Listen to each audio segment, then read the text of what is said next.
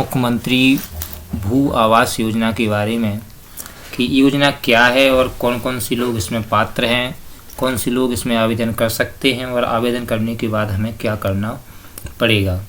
दोस्तों सबसे पहले हम जान लेते हैं कि इस योजना में आवेदन कौन कौन लोग कर सकते हैं, इसकी आखिर पात्रता क्या है। तो ऐसे आवेदक जिनके पास स्वतंत्र रूप से रहने के लिए आवास नहीं है या 5 एकड़ से कम भूमि है, सार्वजनिक वितरण प्रणाली या दुकान से राशन प्राप्त करने के लिए पात्रता पर्ची धारित है, यानी उसकी पात्रता पर्ची है।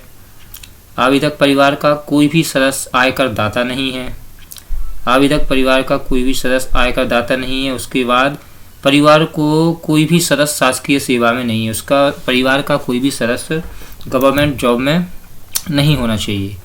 आवेदक का नाम उस ग्राम में जहां वह आवासीय भूखंड चाहता है दिनांक 1 जनवरी 2021 तक की मतदाता सूची में उसका नाम दर्ज होना चाहिए। तो दोस्तों ये इसकी कंडीशन थी कि ये लोग जो कि उसमें पात्रता रखते हैं वो लोग ही इसमें आवेदन कर पाएंगे। तो मुख्यमंत्री भू आवास योजना में क्या है, यदि आप आवेदन करते हैं, आपके पास रहने के लिए निवास स्थान नहीं है तो आपके लिए निवास स्थान दिया जाएगा। तो सबसे पहले इसके लिए आपको एक ऑनलाइन आवेदन करना पड़ेगा। ऑनलाइन आवेदन करने के लिए सबसे पहले आपको गूगल क्रोम ओपन करना है या कोई भी सर्च इंजन आप ओपन कर सकते हैं। उसके बाद आपको सर्च बार में टाइप करना है सारा पोर्टल। जैसे ही हम सारा पोर्टल पर क्लिक करते हैं तो हमारे सामने ऐसा इंटरफेस सामने आ जाता है।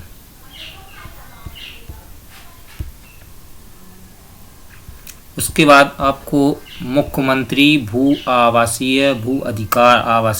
अधिकार पे क्लिक करना पड़ेगा। जैसे ही आप उस लिंक पर क्लिक करते हैं तो आपके सामने ऐसा इंटरफेस सामने आ जाएगा और आपका आवेदन करने के लिए ओपन हो जाएगा।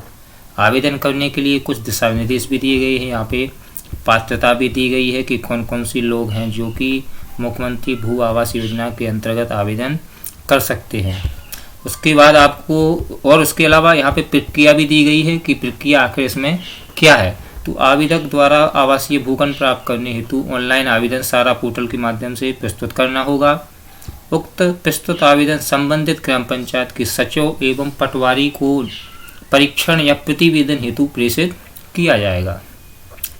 ग्राम पंचायत के सचिव एवं पटवारी द्वारा आवेदन की जांच कर प्रतिवेदन तैयार किया जाएगा। जैसे ही आप आवेदन करते हैं पटवारी के पास आवेदन जाएगा, सचिव के पास जाएगा, फिर उसके बाद आपके आवेदन पर एक प्रतिवेदन तैयार करेंगे। उसके बाद प्राप्त प्रतिवेदन अनुसार प्रारंभिक या परीक्षण कर पात्र और अपात्र आवेदकों की सूची तैयार की जाएगी। उसमें फिर देखा जाएगा कि आपने जो आवेदन किया है उसमें आप पात्र हैं या नहीं हैं। पात्र या अपात्र परिवारों की ग्राम पंचायत वार सूची संबंधित ग्राम के निवासियों से आपत्तियां या सुझाव आमंत्रित किए जाने हेतु प्रकाशित की जाएंगी। सूचना चौपाल, गुड़ी, चावड़ी आदि सार्वजनिक स्थलों तथा ग्राम पंचायत कार्यालयों में चस्पा की जाएगी। तहसीलदार सूचना में निर्दिष्ट तारीख और स्थान पर आपत्तियों और सुझाव का परीक्षण करेगा और पात्र और अपात्र आवेदकों की सूची तैयार करेगा। पात्र अपात्र आवेदकों की सूची ग्राम सभा के अनुमोदन हेतु प्रेषित करेगा, जो ग्राम सभा द्वारा अनुमोदन कर तहसीलदार को विचारार्थ प्रेषित की जाएगी, जिस पर तहसीलदार आवंटन हेतु आदेश पारित करेगा।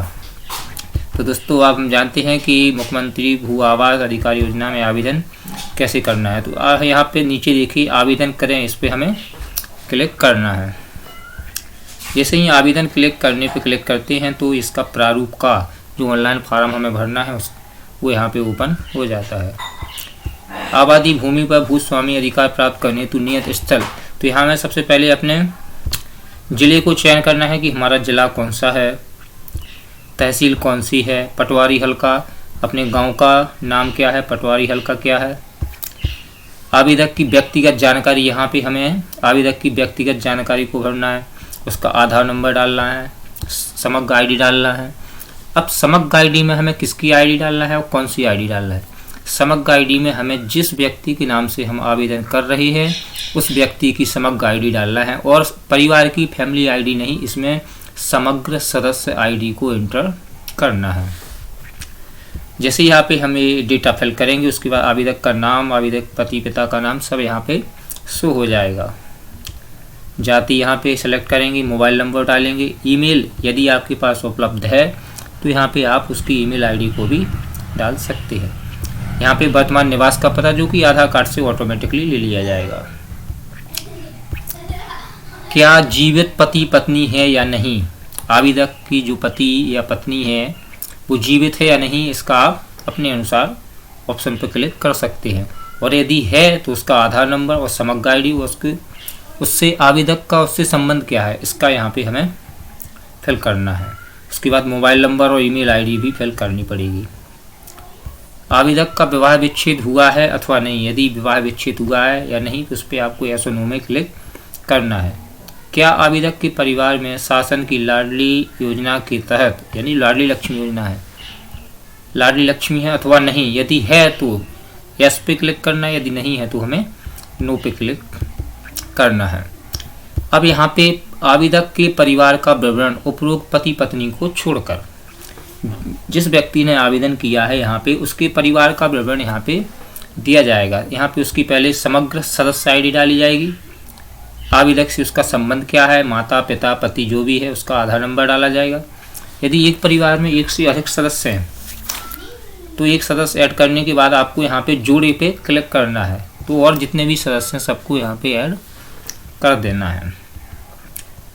उसके बाद परिवार से तात्पर्य पति पत्नी एवं उन पर आश्रित पुत्र पुत्री से है, तो परिवार की यहाँ पे डेफिनेशन दी गई हुई है कि ऐसा नहीं कि आप किसी का भी नाम इसमें ऐड करते जाएं।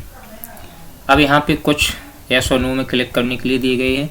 क्या आवेदक परिवार के पास स्वतंत्र रूप से रहने के लिए आवास है, तो दोस्तों सबसे महत्वपूर्ण बात यहाँ पे ये देखने है कि आवेदक के पास स्वतंत्र रूप से रहने के लिए आवास है।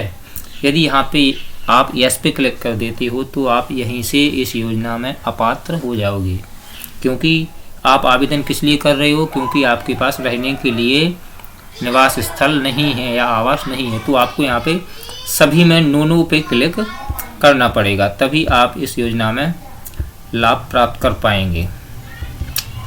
और यदि आप यस पे क्लिक कर देते हैं तो आपका फॉर्म ऑटोमेटिकली रिजेक्ट हो जाएगा। उसके बाद मैं यह शपथ पूर्वक कथन करता हूँ, यहाँ पे इस चेक बॉक्स में हमें क्लिक करना है। जैसे ही चेक बॉक्स में क्लिक करते हैं और यहाँ पे स्थान का नाम भी डालना है कि किस स्थान से आप आवेदन कर रहे हैं। फिर यहाँ पे प्रीव्यू एंड सबमिट पे हमें यहाँ पे क्लिक कर देना है। जैसे ही हम प्रीव्यू एवं सबमिट पे क्लिक करेंगे तो जो हमने जानकारी इसमें भरी है वो सारी जानकारी यहाँ पे प्रीव्यू में हमें दिखाई देगी। यदि जो जानकारी हमने भरी है वो जानकारी सही है तो हमें फिर उसके बाद सबमिट पे क्लिक कर देना है। जैसे ही हम सबमिट पे क्लिक करेंगे तो सबमिट पे क्लिक करने के बाद हमें एक आवेदन आईडी, एप्लीकेंट आईडी मिल जाएगी और हमारा आवेदन हो जाएगा।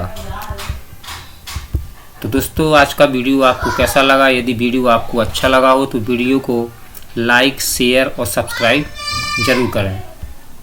Thanks for watching this video.